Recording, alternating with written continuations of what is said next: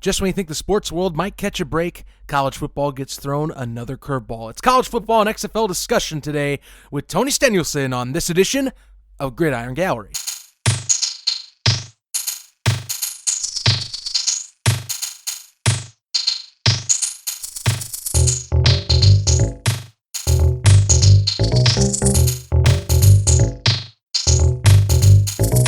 Welcome one, welcome all. I'm your host, Zach Heilman. You are joining us in today for Gridiron Gallery, another edition, the 51st edition. We have passed the half-century mark in our last episode, which I recommend you go checking out.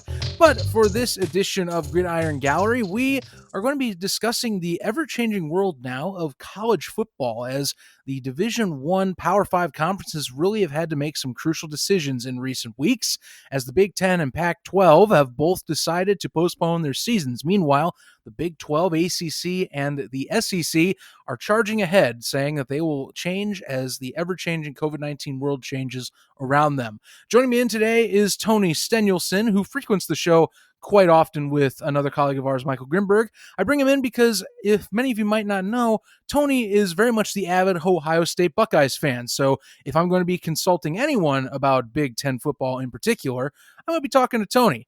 Tony, it's good to have you in, man. Always a pleasure to discuss with you on this podcast, anything football related. I got to ask you, how are you holding up with the Buckeyes, not even being not even having a season? I mean, that's just kind of I don't think we'd ever approach that threshold in college football history, but I mean, are you at least hanging in there all right? I'm definitely trying to, along with some other friends. We're kind of a little shocked that, and kind of in disbelief that Ohio State football is not going to be happening this year. It's definitely a very interesting time. Well, yeah, I mean that we didn't see. I don't think any of us ever saw this coming, and I gotta ask you. I mean, how likely before any of this was announced did you think college football was going to at least be moved back, or something was going to change? I mean, they already were going to do the regional scheduling, and they were already going to be restricting their schedule to the Big Ten in particular. But I mean, was there ever a sense in your mind after they had done that limited schedule that you thought they were just going to flat out move it to the spring, or at least postpone? So when we first started talking about doing this episode from college football, man, there was a lot of you know predicting we would have had to do.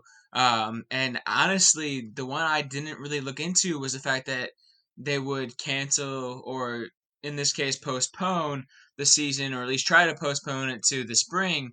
It was mainly they're going to stay doing their own conference. They're going to try to just play people who are, regionally close, like you said. And it's really weird to then have them go and flip and then say, all right, well, Big Ten seasons, fall sports have been postponed all across the board. I mean, people in Ohio in general live and breathe Ohio State football. So not have it this season, I don't think a lot of people here are going to know what to do with their Saturdays in September, October, November. I think a lot of us in particular, we kind of, from what I've noticed, we've really pushed off the notion that, okay, yeah, the NBA, the NHL, the MLB, they were all affected, okay? These are major sports, obviously. There's what I consider the big four. Yeah, those three plus the NFL. If you want to make it the big five, sure, college football, but it's a little different just because of the amateurism. But anyway, with football, I think a lot of us just didn't expect or wanted to see this cancel. Football, I think a lot of us consider it too big to fail, and in any situation. And I think, to me, that's what sticks out the most. I imagine it does so very much in Ohio, because unless you're trying to root for the Browns or the Bengals on a regular basis, which both of them are not exactly the most historically successful franchises in NFL history, Ohio State football is the thing that you think about when you consider athletics in general in Ohio. Maybe the Cleveland Cavaliers, if you were thinking the LeBron era, from both stints he had in Cleveland, Ohio. But Ohio State football is definitely what you think of that state. So I can understand. It has to be a weird feeling out there. I mean, is it generally like sadness that with your friends? Are you just kind of like still just in disbelief? Like it's almost like traumatized type of deal. Um, I mean, what's the play now for for you and your buddies? Well, I was actually talking to a buddy about this earlier. Was he's just kind of a little. He's a little. I think he's a little bit of everything. Whether it's disbelief or sadness or traumatization or a combination of any feelings you can feel. Because he's more of a college football fan. He's not really a NFL fan. He's more focused on that collegiate level. And so this is what he really looks forward to every year, and it's the winningest program in reality in Ohio. I mean, especially if you look at it football wise between pros and amateurs. Like, yeah, there's a bunch of colleges out here, but you think of college football, you think of Ohio State, and that's where the bridging of the gap between Bengals fans, Browns fans, it really comes together. Everybody is an Ohio State fan out here, and I think just they're shocked. I think with them saying that we're not going to have a season anymore, that the Michigan game was supposed to be in Columbus this year, it just derailed everything for them. And I think it's just still a little bit of shock. And the more they think about it and the more they talk about it, I feel like the more sadness creeps in. I think for sure it's slowly starting to settle in that we are going to have challenges with football. And college football is definitely not the same structure in like accordance to the NFL. It's still pretty regional when it comes to how you dictate each conference. Each conference is it's its own league if we're being honest, and the Hmm. NCAA just kind of oversees the rules that are generalized for each of those regional leagues. But I think now we're finally starting to settle in that hey, football can be affected by this. I'm sitting here because Tony, I'm more of an NFL guy myself. I appreciate what the college game does for the sport, but I'm an NFL person, and as much as I know there's going to be an NFL season to start the year, my whole reaction once NFL goes on and once it starts week 1 is I'm just going to be sitting here waiting. Okay, when does the bomb go off that a team's going to be massively infected, or Hmm. when does that spread happen somewhere? Because the MLB is the test grounds for what the NFL is essentially doing because they can't do a bubble. So I'm basically sitting here in anticipation for something to fail, and I hate that feeling. Now with college football, I imagine you and everyone else that's in Ohio is probably feeling the same way. I mean, at least Ohio State now they've postponed, but they're still trying to play a season. Which I'm gonna ask you what you feel about this because Ryan Day has proposed that he wants to do a spring college football league in early January. He thinks that's possible. Meanwhile, in the Big Ten as well, Jeff Brom today came out with his own plan, where essentially we have two shortened seasons to catch ourselves back up.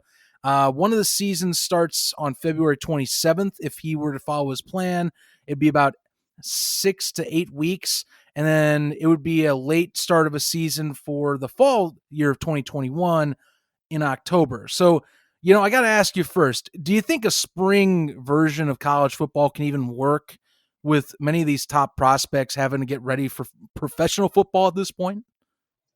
No, I don't. I think it's kind of ill advised, and it sucks because you want to get the players, especially the seniors, some of their last games in there. You want to give them that opportunity to really solidify their positions, whether they're going to the NFL or whether they're going to the XFL.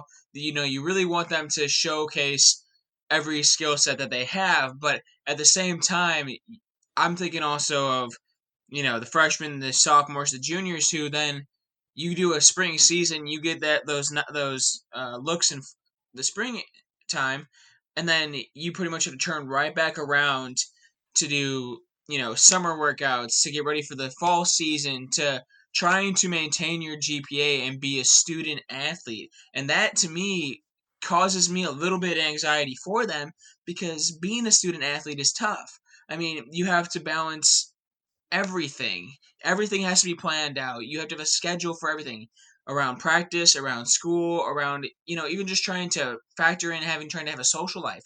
It's so tough for these kids, and to do it in the spring too, when other could be later farther down the roster, they could be multi-sport athletes. They could be playing baseball. They could be playing any other spring sport. And so how do you then split the time there? You force them to make that decision, all while trying to get them to stay in shape for the football season that's, they want to put on in spring, but what happens if it doesn't happen? So there's a lot of different variables. I don't like the idea because it still adds a little bit of too much hope and a little bit more anxiety to it, because the hope is that, okay, yeah, the game will happen in the spring, but what happens if you train all these months for it and then they go, you know what, never mind, we're not going to have a season at all. Mm-hmm. Yeah, and these kids aren't getting paid anything. I mean that culture's being changed in the NCAA, and we've seen more legislation and court rulings that have started to come out recently. Speaking of that, by the way, Justin Fields in particular with Trevor Lawrence has been one of the two main advocates for we want to play, and also for unionizing college football players. Something that I don't know how it would be executed at least accurately, but I I am generally curious if this would ever be a thing. I mean, Tony, do you think that's even possible that you can unionize college football players that rotate in and out in only a 3-year stint at max at least? I think it'll be tough because, like you said, the rotation of people going in and out, there's a 2-year minimum before you can declare yourself eligible for the NFL draft. So you're going to be at least a sophomore, maybe a junior when you're able to declare for the draft. But it's tough because how then does, from the school's perspective, how do they create, keep pulling in that money that they bring from college football while also trying to pay these players? But then also there's the NCAA's rules on amateurism. So there's a lot of different variables that go into it. So it'll be really tough to unionize them. I mean, they definitely need to be paid for their likeness if there's going to be an NCAA football game coming back. Um, they there are certain things that I get that they need to be compensated for, but unionizing them, how do you govern that union? How It's tough because everybody's going to be switching out. So even if you elect a union representative who leads it, or like the union president, kind of like the NFLPA has, how do you then keep that person in power? And then what happens when he leaves school? It's Mm-hmm. just, there's a lot of different variables into it. What's crazy to me is I saw this proposal and I went, wait, they're doing what? And I just kept thinking about that. And I'm like, man, it's just like you're saying, it's got to be tough to keep a continuous leadership for a players union. But also this, I didn't even realize as well. This is the bit Northwestern University actually tried this at one point.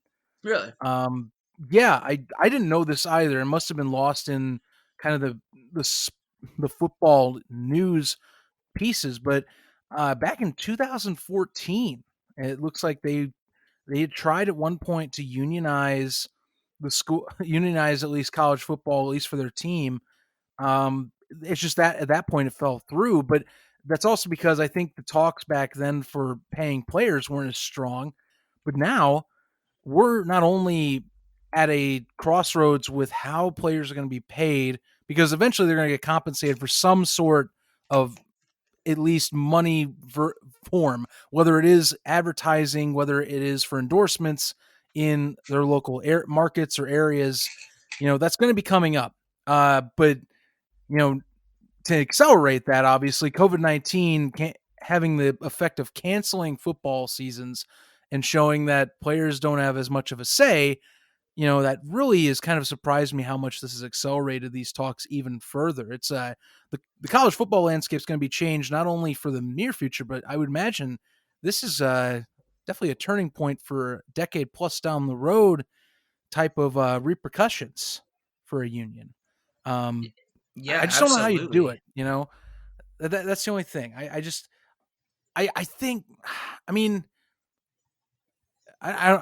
here's what I think. I mean, you would have to get somebody that's outside and can't be a player but knows the players. Like maybe I don't know, maybe a head coach, a former head coach. You could be a union president or something like that. It almost be like I guess almost like a football agent that could represent God knows how many college players, I guess. But that's a solution that they're gonna have to think about. I mean, uh, at least in the sense of unionizing or forming the players, they do have that "we want to play" movement, so that's at least a start to get players in together and in cahoots. Tony, this is a hard question for you and for me. Uh, is there any right answer to this with the Big Ten and the Pac-12 moving on from their seasons? I mean, is there anyone that really, I would say, has made the right decision? I mean, I look at it as there's everybody loves college football, and it definitely brings people into, you know, it brings some solidarity. Sports has that knack to bridge gaps between generations, between income disparities. But at the same time, I also look at it as there are health issues that come with being a football player, being in the sports, but also with COVID-19. And there's that ESPN article that came out was how there's a heart condition that was linked to COVID-19 that was tested. The heart condition was positive in, I think, about 5 or 6 Power Five conferences, uh, um, 5 or 6 players in the Power Five conference. And it's just, that's what pushed the Big Ten to kind of make their decision a little bit more too. What point do we then put the revenue and the people wanting football and wanting sports over the health of the players doing it? Because I look at it as if we're going to do the same thing and make sure that the players in the professional leagues are held accountable, are tested properly, are safe, how are we going to implement that in the college atmosphere? It's already proving a little bit difficult with the MLB and the Marlins and the Cardinals and some other players that have, kind of broken the league rules. The NBA, you can leave the bubble. Um, how do you then try to emphasize that in college when you're kind of doing the same thing of traveling all over and trying to, play this game where you're hitting each other and, you're within that distancing with the, any type of bodily fluids that can hit you, especially like coughing, spitting, those types of things that happen on the football field. I, there's no right answer to this, and it's 110% because of the fact that this is a virus that we have not encountered really in our lifetime. Flus are one thing. Other diseases that we have kind of a handle on, or at least have a preventative measures for. That's one thing. But this is being such a novel thing. I don't know if there's any one right answer. I personally enjoy the fact that, some of the leagues and conferences are taking into the players' health as it, because then it shows that they're more than just a commodity, more than just a, good or service to be marketed every single week. Um, I think that speaks volumes, but also I understand where the businesses are coming from and the teams that are losing money on this and the leagues that are losing money because of the fact that some of those markets need that money to stay afloat. I mean, the MAC by itself is slightly in trouble because of the fact that Bowling Green was supposed to get a $1.8 million check for playing one of the Power Five conferences this year that they're not going to get. That's a huge chunk of change for especially for a MAC team. That's a lot of how these, at least the FBS subdivisions, make their cash. Is they play these Power Fives, they go to the Power Fives home stadiums, and they just take a check to either lose or make it a really good contest. I know, like Ball State, when we were in school, they played Texas A&M, and I think they came home with a similar size check, roughly like 1.5 to $2 million range, Yep. just for getting blown out to play at Texas A&M. But that's exactly what it is. They bring home a nice chunk of change for schools. Some of them that don't bring in much football revenue compared to these other Power Fives anyway. I mean, for us, Ball State, I mean, they have, let's just say it's been a lull. I mean, when we came into the university, actually, I think, I'm trying to remember, when did you start going there again? Because I know you transferred at one point, right? Yeah, I transferred down. I think it was. Oh man, so I graduated in 2012. I spent a year at community college. So we're looking at probably about spring semester of 2014 when I officially transferred down to Ball State.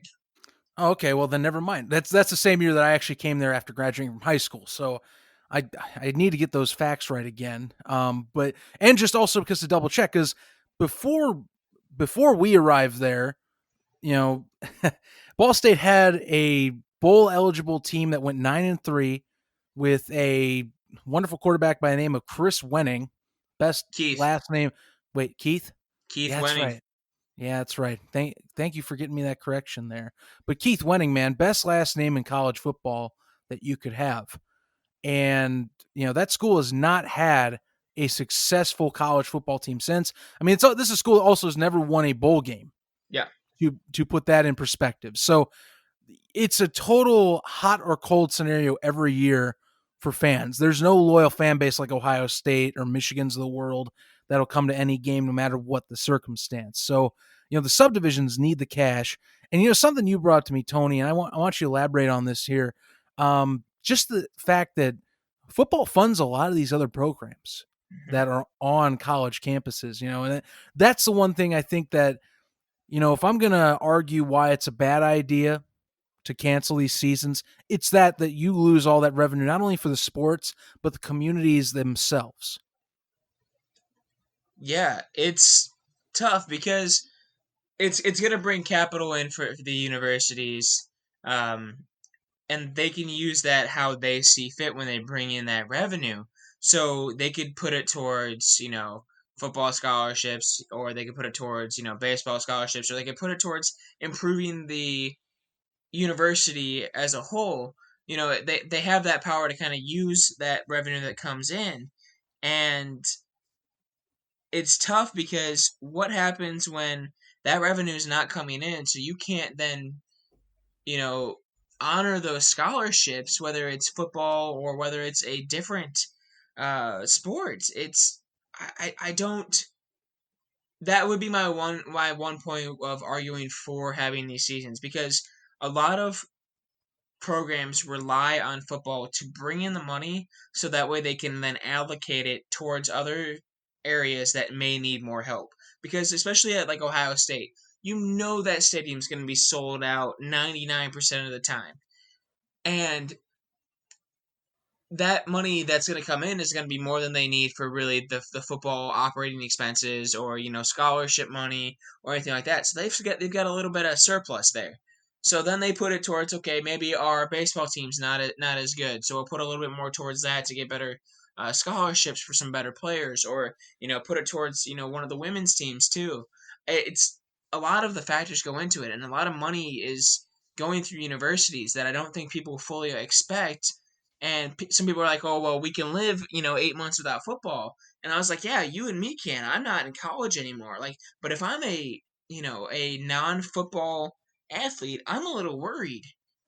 I Right, don't know if right. I'm going to have a scholarship. I don't know how I'm going to be able to get my degree. So it's it's tough, man. It is tough. If I was in this scenario as university president, you know, if there's any way to honor scholarships, I would do it. I get that. I get that the football programs fund most of this, but it's 2020 is such an unlucky year for everybody. You know, just throw a bone if you got any chance. It's Yeah. what I'm saying. Yeah. You know, I hope that they're able to honor what they can with scholarships, because you got to realize the circumstances. I say this with basically any sport or any fans I talk to that are going, how's this happening? And COVID's not really that bad. It's like, yeah, but understand the circumstances, man. This is not a normal year for anyone. Just Mm-mm. you know realize what is going on right now in the country and around the world, and either work it out, or as what we've been talking about on some of our other shows, follow along with how the medical progress is with some of the vaccines and such, and you know prepare yourselves for 2021, because most of the data shows that 2021 is going to be a safer year at this point, Yeah. unless there is a catastrophic failure in medical development, 2021 will be the year that we should, in theory, see ourselves return back to some sort of normal sports loving culture that the United States is. Yeah, I or at least take the steps to do so, because there's mhm. so many leagues, that are taking hits at this point that normal isn't going to be normal for, right off the bat in 2021. I mean, the MLB is going to be still taking that hit. The NCAA is going to be still taking that hit. There's a lot of things that, 2021 is promising to look at, but I also think we need to temper our expectations where it's going to be a step in the right direction, but it's not going to be back to that norm of, sports every day, everything's fine, everything's hunky dory, because it's not. This year has changed a lot of things across the world and across the country, and it's really been a wake up call about a lot of different aspects. Definitely so. I mean, we're even teams are still. Some teams, at least, I don't think have completely realized the situation they're in. Um, the Big Ten, you have plenty of coaches that are trying their best to see what the alternatives are, which I do give credit to Jeff Brom and Ryan Day for bringing solutions. Now, one Big Ten team that seems to be under fire the most, though, just for trying to find a way to continue a normalcy, it's Nebraska. I mean, Hmm. Nebraska, look, this can go farther back because ever since Nebraska's joined the Big Ten, I don't think people have really accepted them as a Big Ten squad. They're in originally a Big 12 team that I think tried to leave for greener pastures, and it hasn't worked out. And of course, they now have come under fire from some comments from Scott Frost, where you have Desmond Howard, of all people, saying that the Big Ten should kick Nebraska back out and they'll have to find their own way. I mean, yeah, some of these comments have been kind of insane, and I think most of the Big Ten's calmed down. A lot of them have accepted. It sounds like that spring would be any option, but as you and me have said, that's I don't think is liable or a viable option. But I mean, I don't know. Just on this case in Nebraska here, man. I mean, should we kick them out of the Big Ten? Should they just go back to the Big 12 and ask for a do over with the Big 12 conference? I mean, I did see today where Nebraska did roll back their statement. They ended their talk of playing outside the Big Ten. They had the official statement that said that they're fully committed to the Big Ten. It's unparalleled athletic and academic alliance. It's going to be a tough day for Huskers family. We look forward to the day when we can cheer on our student athletes on the field and in the arena. So they finally walked back on it, and even with Scott Frost saying that, um, I think what he's doing what Ohio State should have done. Ohio State is the best team in the Big Ten, and you can argue with the Purdue beating down Ohio State a couple years ago. You can argue with a lot of these one-off games. All right, that's fine, but consistently, the best team in the Big Ten is going to be Ohio State. They have the opportunity as the best team to throw their weight around, say, hey, we're going to look someplace else to play. We want our kids to play. They want to play. We need to take the necessary precautions, and as long as everybody's serious about taking those precautions, we should be able to play. And I think if it was anybody but Nebraska, I think they would have had a chance to kind of, sway things one way or another. Nebraska and Iowa were the only two colleges that voted to play the season as scheduled. They're out of 14 teams. It was a 12-2 vote. So Mm-hmm. I think if Ohio State would have been one of those who said, "Yeah, let's play this fall," that's a different thing. I think Nebraska brings a great game and a great team to the Big Ten. Big Ten needs, people that are going to contend with Ohio State, that are going to contend with Iowa, that are going to contend with Purdue when Purdue's got their game faces on. I think kicking them out of the Big Ten and pushing back to the Big 12 is kind of a bad idea. Now, there's a couple other teams in the Big Ten that I would like to see out of the Big Ten. Places such as like Rutgers, which doesn't make sense why they're in the Big Ten. Every other team is pretty much, Midwestern, and then you've Yeah. got Rutgers and Maryland, and it throws me off every time. Um, yeah, Nebraska, I think they're doing what Ohio State should have been doing. Right. Right. And you know what? And that's a good point you bring up because there were some players at the beginning of this that or that at least in the announcement came out last week. They want to go to the SEC. Would that have made sense? Would you have liked seeing that? Seeing the players go to the SEC or seeing No, like the Ohio State itself, like a temporary addition to the SEC. I mean, I wouldn't mind because the SEC needs somebody to really contend with Alabama. Um, if you might as well put I mean, it'd be bad for the NCAA to put two top tiered teams in the same conference, because you don't get that matchup in the CFP, that would normally come about. I think I mean it's just like Notre Dame kind of playing in the ACC schedule. Notre Dame being the independent, they had a lot of different options of they could have played other independent teams. They could have filled their schedule with the ACC teams. The University of Miami was looking to try and play them. There's a lot of different variables for them. But I mean, if the Ohio State players would have played, I mean, they would have cakewalked through everybody besides maybe Alabama. There's two great it's a great program down in Columbus, and they have a culture of no matter who we go after or who we're facing, we're going to come out, we're going to try to play the best football that we possibly can. Sometimes it doesn't work out because that's the way the game is. But to put them into the SEC with Alabama, I mean, you'd have two top teams kind of contending for the SEC, but with the NCAA's announcement that all pretty much conference championship games are canceled, I mean, at what point? So you're just going to know that Ohio State's better than Alabama in the SEC, which has been kind of dubbed as a kind of a, you know, fluffy division as it is. I don't know. Right. Hey, I mean, the SEC could probably use competition. Honestly, if there's a way I could restructure college football, and this would be the way I would watch college football almost religiously, to the point that it would be, as much as I love the NFL, take the Power Five and make it that, because, and I only say this because realistically, every year this is the only conferences that can get the national championship trophy anyway. Uh, as much as I hate saying that, that's how the record's always been as of late. Take the Power Five, that's Division One, and then you can make Division Two the subdivisions of the FBS, who can then play the bowl games still, but they're not eligible for the national championship. They'll have their own separate championship. Then Division Two, that is existing now, becomes Division Three, and you have NAIA and such are still the same. That's just in general how I do it. Plus, if you did it that way, the Power Five would only be forced to play Power Five teams in non-conference play. That way, you can get rid of the fluff. Because I've always had problems with the fluff games that mostly the SEC plays, in particular. They're the ones that are the worst at it, and I think that would be the perfect solution to not only increase competition, but to prove who really is the best of the best. It doesn't have to be, play your best game 1 or 2 games at the end of the year and get lucky for a ranking. So, a discussion for another day, I guess. But, uh, you know, I mostly would have worried in that scenario about just how travel would have been effective here with maybe a spread.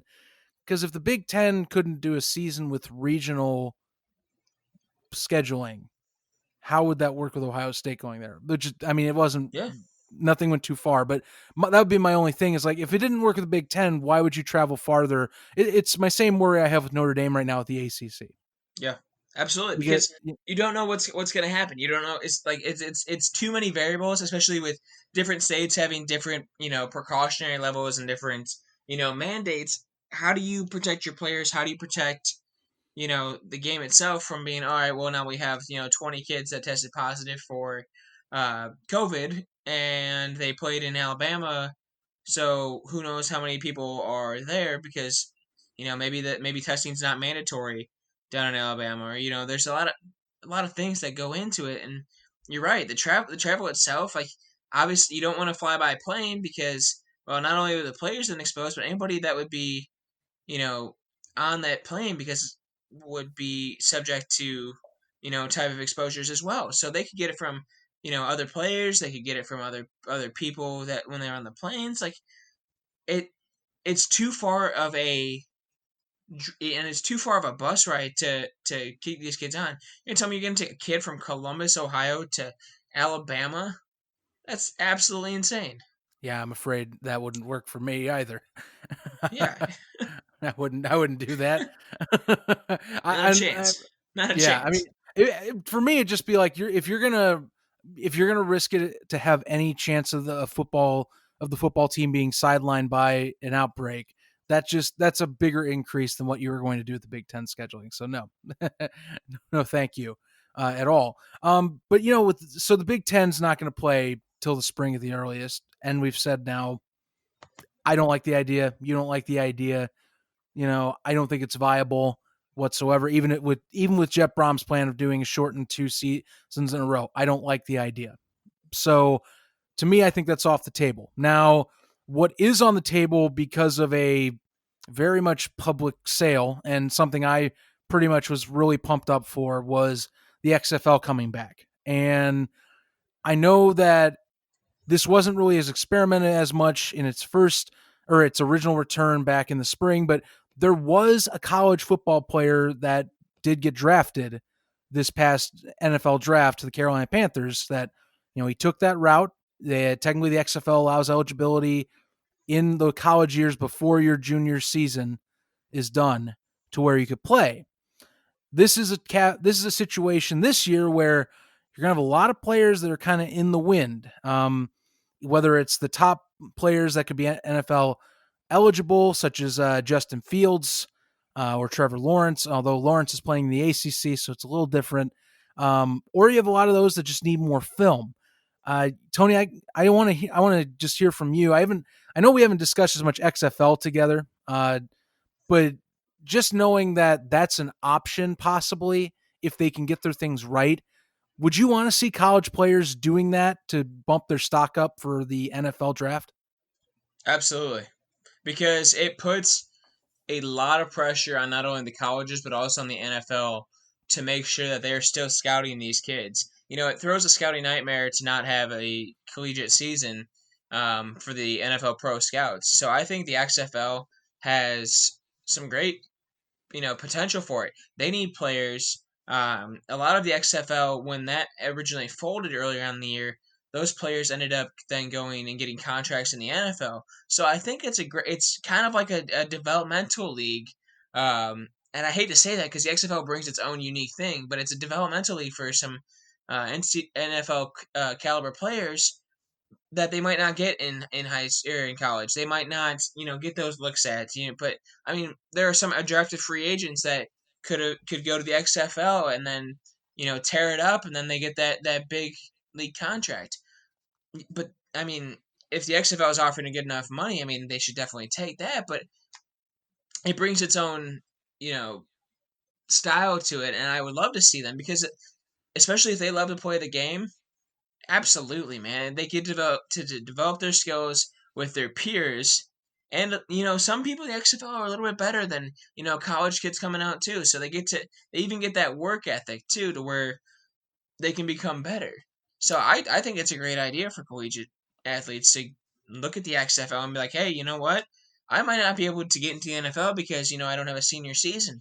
But you know what? The XFL is looking at trying to get people, and hey, I might be good enough then to, even if they would want to use it as a stepping stone, which they can do, they can do that. Or if they're like, you know what, I really love the XFL better, they can stay in it. I think it's great to have different options as opposed to just going either A, you're drafted, B, you're undrafted and you're signed as a free agent, or C, you're undrafted and you never get a look at. I think the XFL adds a different layer to where players also get that extra chance to prove themselves to not only the scouts but to people in general.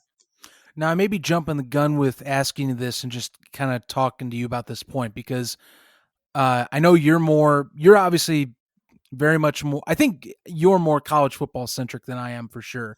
Hmm. You're definitely actually. I'm going to say that right now because, like I mentioned, I've told you this before. I love college. I like college football to sit down and watch because I want a football game. If I have any leniency towards a team, it's Notre Dame, but it's not as passionate as my Chicago Bears. I'm a NFL guy first, but I also am a massive XFL guy. I'm a massive spring football guy. And they opened a can of worms with a lot of people, at least, or rubbed them the wrong way, at least, when they said that, if non NFL eligible players can go early. At least that was what happened in 2020 this spring when they said that. Now, this is me jumping the gun here. Say the league gets started in this spring.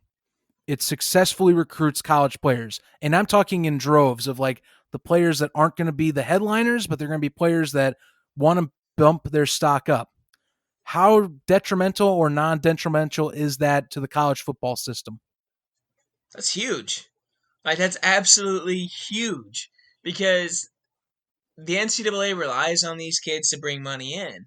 And if they're able to jump that gun, go play that spring football with the XFL, that's huge. That's a big chunk against the NCAA. So that's going to put pressure on them to make sure that they do have a season, which I mean in turn isn't really fair to the XFL because you weren't able to get your fall football league going, but you wanted to move to spring, and so you're kind of taking away time from the XFL. But that's huge for the NCAA. They'll be feeling the pressure from that.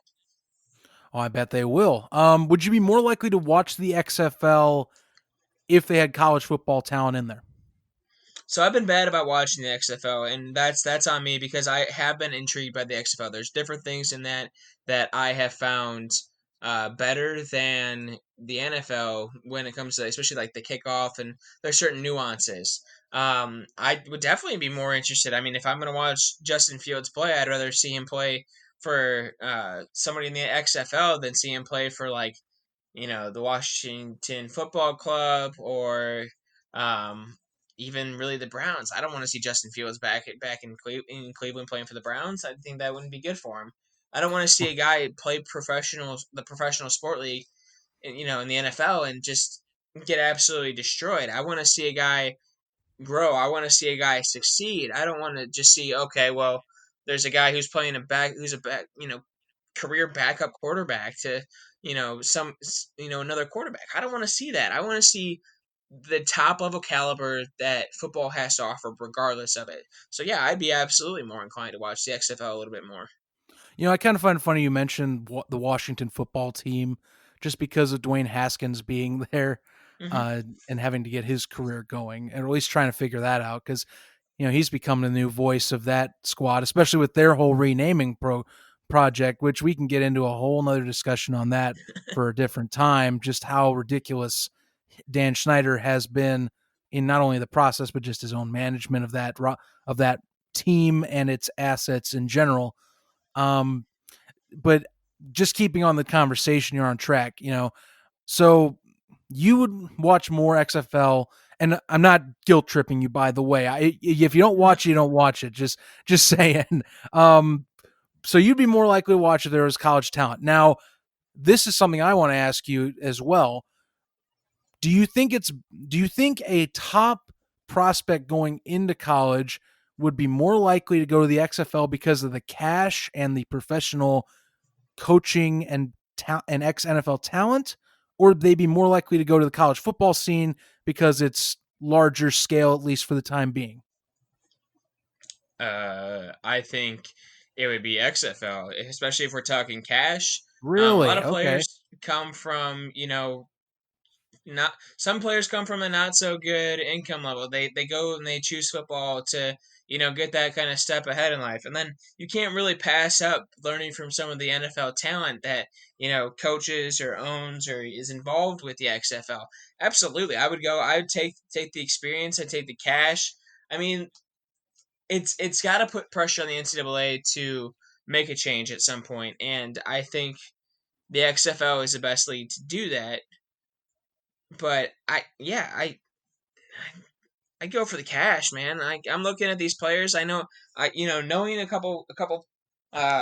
a couple player stories. I know, Willie Snead was back in college with us. I got to know him kind of a little bit well while he was finishing his degree.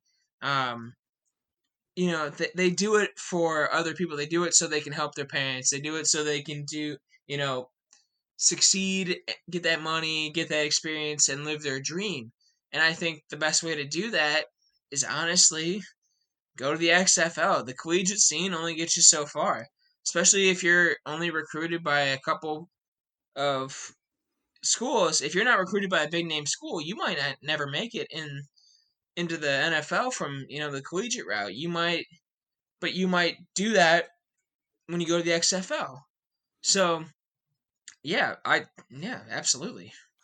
Okay, I actually, yeah, I mean that's an intriguing response. I only asked that just because some of these guys coming out are they're already stars once they hit their freshman year. Like they're expecting to be these breakouts. So that's why I ask. Um, and a lot of this conversation, I'm going to be honest with you, it actually brings up. It kind of just brings memories of me, and you'll probably have memories of this, at least if you're thinking the history of Ohio State football. I mean, Maurice Clarett is one of the most famous or infamous college football players for trying to be the first one and done and for to go to the NFL. Um, was a top tier running back for the Ohio State Buckeyes back in the early 2000s when Jim Tressel was still coaching. Um, but I mean, this is kind of what's come full circle. Is a lot of what is the worth of a college athlete, I guess, and this is what I think we're learning a lot about right now. The XFL just brings Hmm. another path. Not to mention COVID-19 is just accelerating so many things with, what do we do with the future of college football? What do we do with players representation? What do we do with players compensation? It's all being kind of fast tracked a little bit just because we have it more to talk about, less football to distract from those issues now at this point. Tony, I think we've pretty much covered everything we need to today. Um, Pretty good conversation. Always nice to have you on. Uh, I haven't given you a chance in the last few times you've been on this show, either with me or as the trio where it's the Zach, Tony, and Grimbo episodes. But you have a nice blog that you write up and that you try and cover a lot of stuff in your life, or just topics in general that maybe many of us are experiencing. Yeah, I was going to give you a little bit of time to maybe promote that and discuss what this project is of yours. Yeah, no, I absolutely appreciate that too. So I apologize if I end up sounding a little choked up because this is a subject that's pretty near and dear to my heart. I have covered a lot of stuff that's gone on in my life, or some things that have popped into my brain. That especially during trying times like COVID-19. I am a big mental health advocate. I truly believe that your mental health is as important, if not more important, than your physical health. So I like to touch on things that are kind of against the norm with that, trying to break down the stigma of, we can't talk about these things, it's taboo types of things. And I try to keep it very real for it. So my blog is called El Tigre. I usually post about it on my Facebook and on my social media.